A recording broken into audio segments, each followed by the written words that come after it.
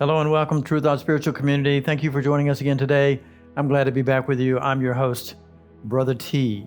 Today we're going to be talking about the fear of forgiveness. In fact, this month of February 2021, that'll be our discussion for the month because we can't possibly cover forgiveness in just one inspirational message in just a little bit here. So before we begin, I'm going to ask you to join with me. Let's come together for a brief moment of silence. Let's turn within to the heart center.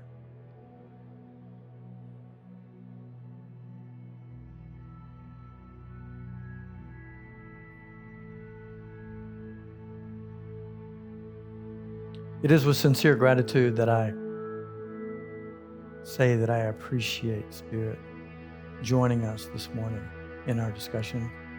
I ask for guidance in the communication of this message today, this inspirational message, this discussion of truth and true thought principles.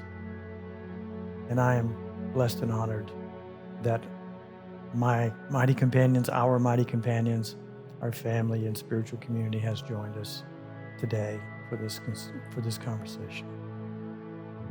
And so it is. Okay, so let's just jump in, right?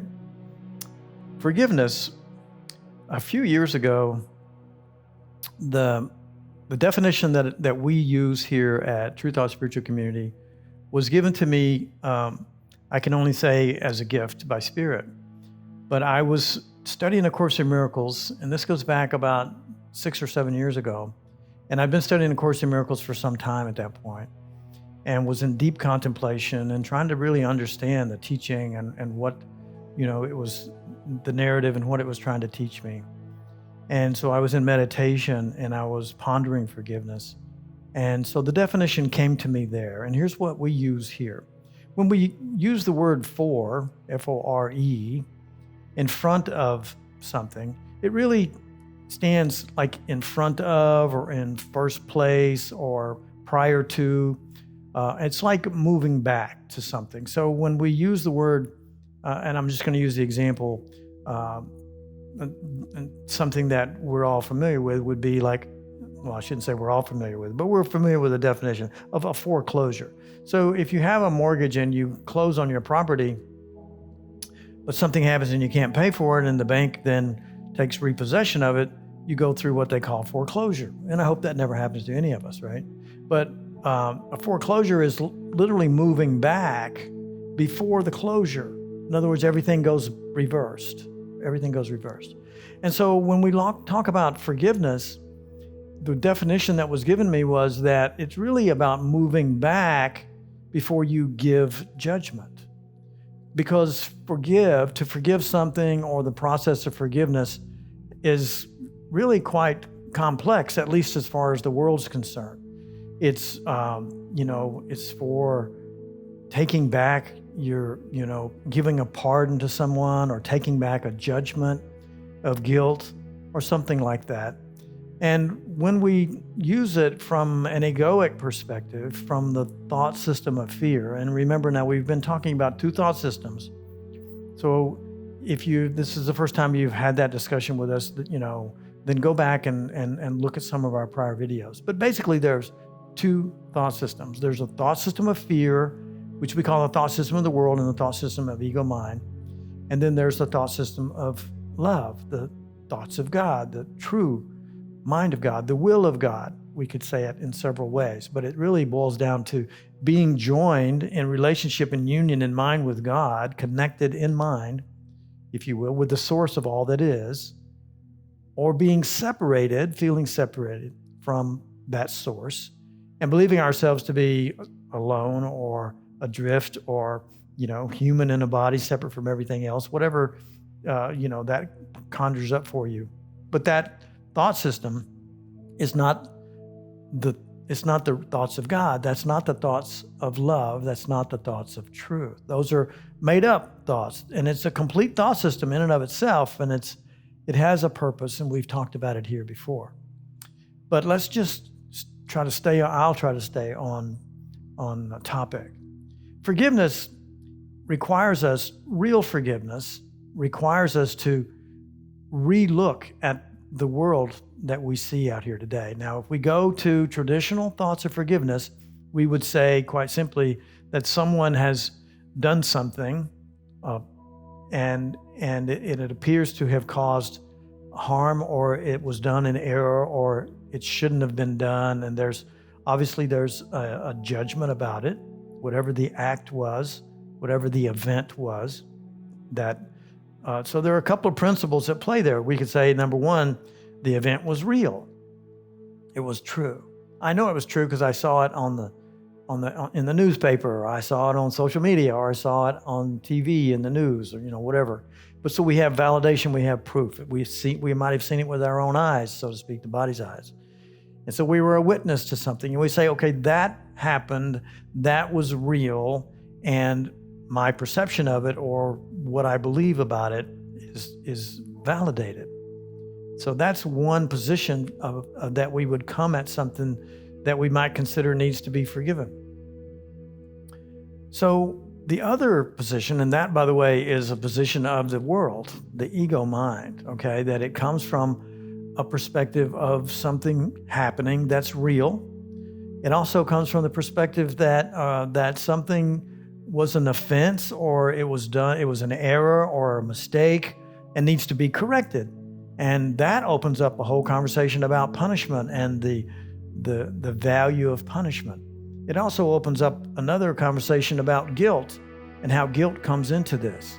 And so the topic for today, the way I wanted to present it to you was called the fear of forgiveness. So here's the question. Have I ever wanted to feel like I needed to forgive somebody? Of course. Have we ever felt like we needed forgiveness, that I needed forgiveness? Of course. If I look back at things that I've done in my life, there are a few that always spring to mind that I wish I hadn't done that, or I could have done that better, or I could have done that with more love or more compassion, and I would be a better person if that event and the way I acted defines me. And so I'm seeking forgiveness. And there have been times in my life when I was at a place in consciousness where I didn't know the things that we're sharing with you now. And when I was in that state of knowing, that state of learning, that state of consciousness, I might beseech God for forgiveness. I told a story a few weeks ago about the first time I remember really praying for God to give me. My dog had disappeared, and say, I was asking God to help bring my dog back to me. And part of that prayer was forgiveness. If I've done something wrong, if I'm being punished. And so we look at things that happen around us, and it can be something that is like something happens to somebody, an accident, or some dis-ease, or some calamity. And there's a certain level of consciousness where we can look at that and say, okay, well, that must have happened because that person deserved that to happen. Or that might have happened because that person was being punished by God. So that's a thought system that's a thought system of fear. But what would cause us to be, to feel like we can say, oh, I'm going to forgive you for what you did, but I'm never going to forget it.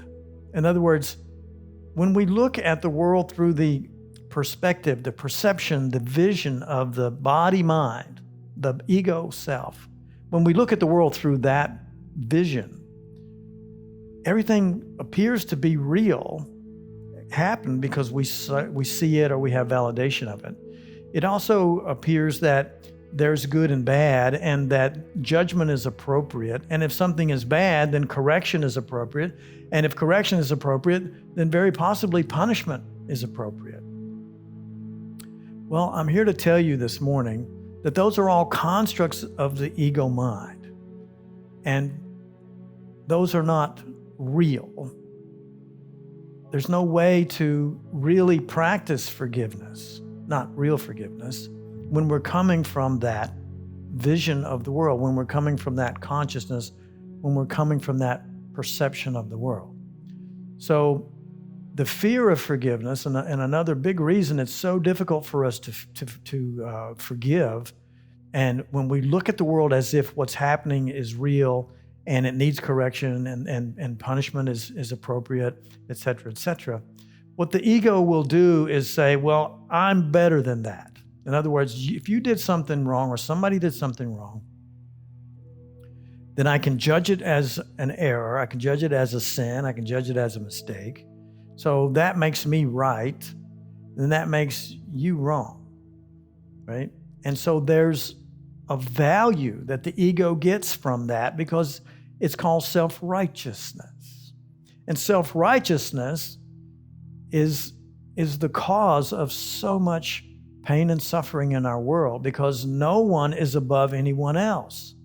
The truth is that no one has the ability, in truth, to judge anyone else because no one could possibly know all the things that go into the decisions that make up the choices, that make up the actions that we carry out on a daily basis.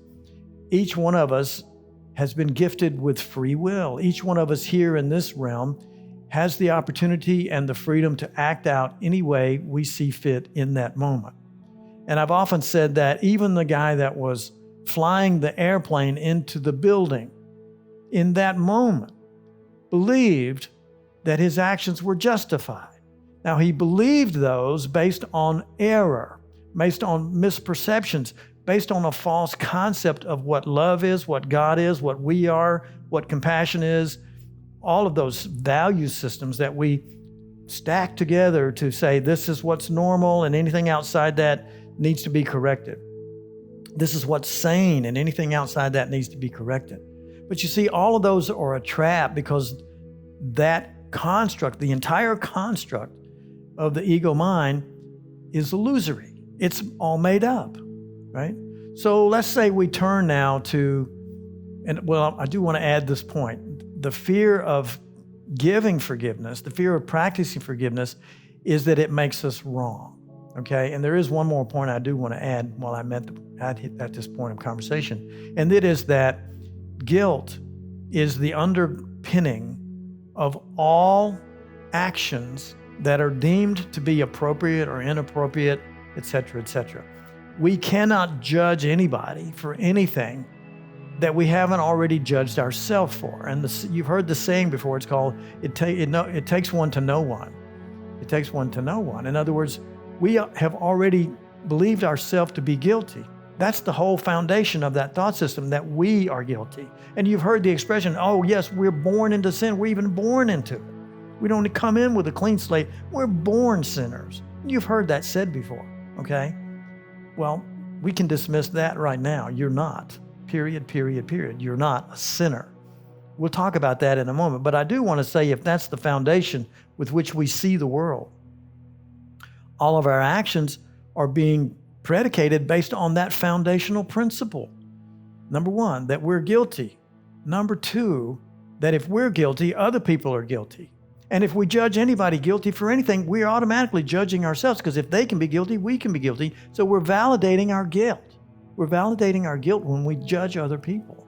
So it's a go around and around and around on the merry-go-round. We're in a circle. It's circuitous. We can't get out of that trap. We're just going around and around in it.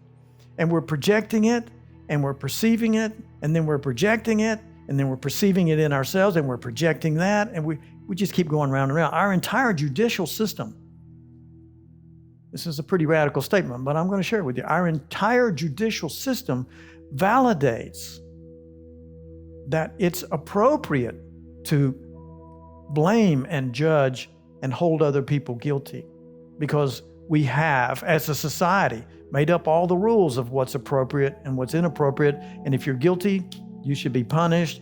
And it really alleviates us. It takes away the burden that we feel from ourselves of judgment, and we can put it on the backs of our judicial system. And then we feel vindicated, and also we feel innocent. In other words, well, that's what the system did. It's not my fault. Right? I didn't do that. I didn't. And everywhere we turn, there are people that are on both sides of the opinion of capital punishment. But even the whole idea of punishment, any kind of punishment, It is inappropriate. How could that be? What else is there then if these systems aren't real and these systems aren't true? Well, we're going to turn then to the thoughts of God. And even that, we can say, if you'll allow me to, is that, we've made God up in our own image. We are made in the image of God, we've been told, but our society, our culture, our thought system of the ego has made God up in its image. In other words, God is vengeful, can be, and wrathful, can be, and jealous, can be, and judging, can be, and punishing, right? And there's justice in God's level of punishment, and there's justice in our punishment systems, et cetera, et cetera. Well, I'm here to say that that's just all bullshit, excuse my expression, but it's wrong because it's not true.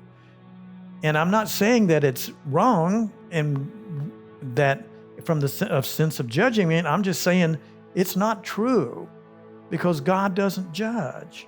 Well, according to the teachings that we now are familiar with, there is one judgment, and it's called the Last Judgment. In A Course in Miracles, that was channeled by Jesus through Helen Schachtman.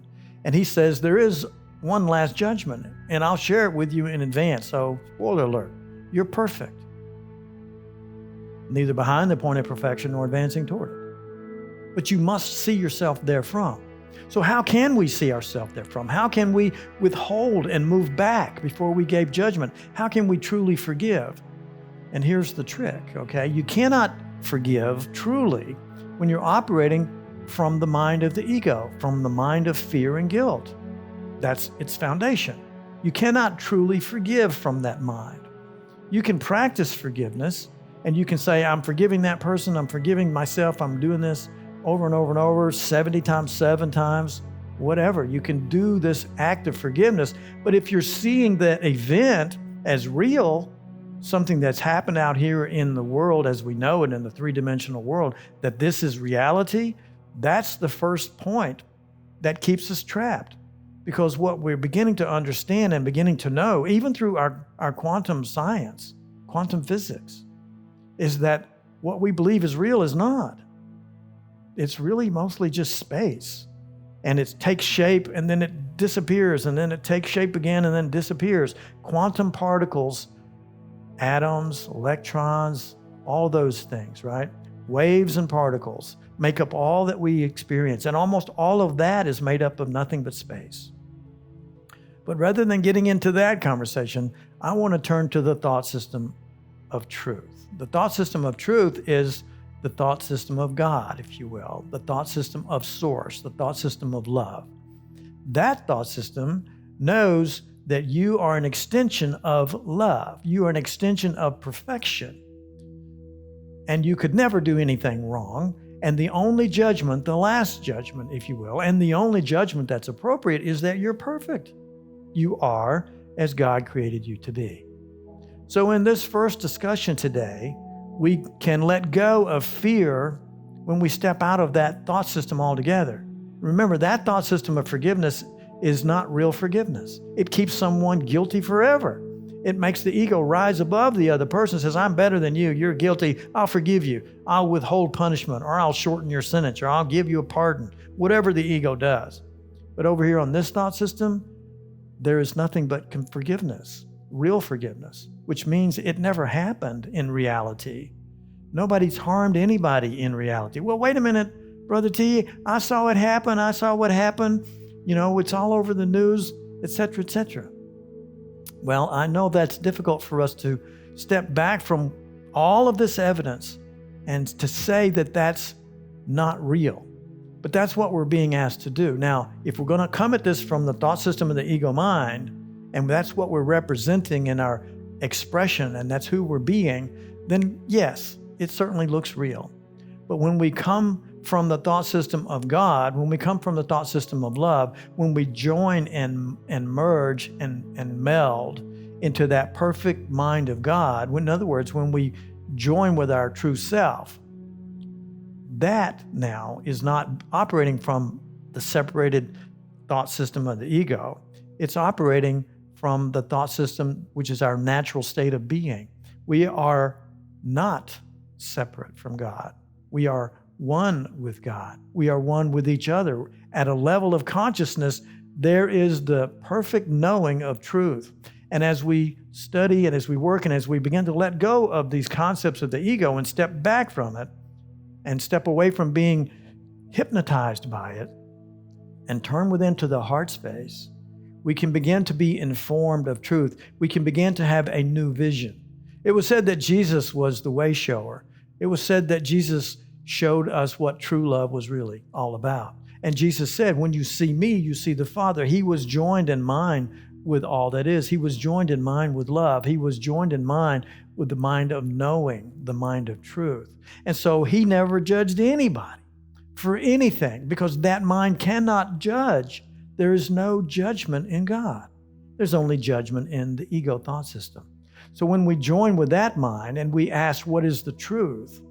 That's when we can see that what appears to be true, what appears to be real out there is illusory. Our judgments that we paint it with are illusory. They're just made up. What's really beneath it, what's beyond it, is what love is being, love is expressing as. And when we join with that mind, we can see with a brand new vision. It's called the vision of Christ. And that is why we came into this incarnation. That is why we're here now. That's why we're having this conversation. We're going to be talking about forgiveness for the entire month of February. And I'm really eager to see what follows this conversation today. But today, I hope I've laid a foundation. But the truth here is to really practice forgiveness is to let go of the entire thought system of judgment, to let go of the entire thought system of justice, to let go of the entire thought system of if that, then this, that something over here is happening, and to release it all, to release those thoughts, to step back from those thoughts and turn within, turn to the heart center and join with love. The voice of love is within your heart. It's there. And when you join with that voice, we begin to step back and ignore those judgments, and we ask and allow ourselves to be communicated through, to be shared with. We become the representative now of a different voice. And that voice is your voice, but it's foreign to us initially because we've been giving all of our time and our representation to a false concept of self. So I apologize for the length of the talk today, but I think we've covered a lot of stuff. I hope in some way you find this helpful in your practice of forgiveness. And I want to say this last thing. Ultimately, the entire journey that we're on together of ascending into higher and higher consciousness is ultimately to return to self-love and self-forgiveness, to move back before we judge ourselves. And that is a miracle, a sudden shift of perception that changes everything. And so it is. Thank you for joining us today. And God bless you for being here. We love you.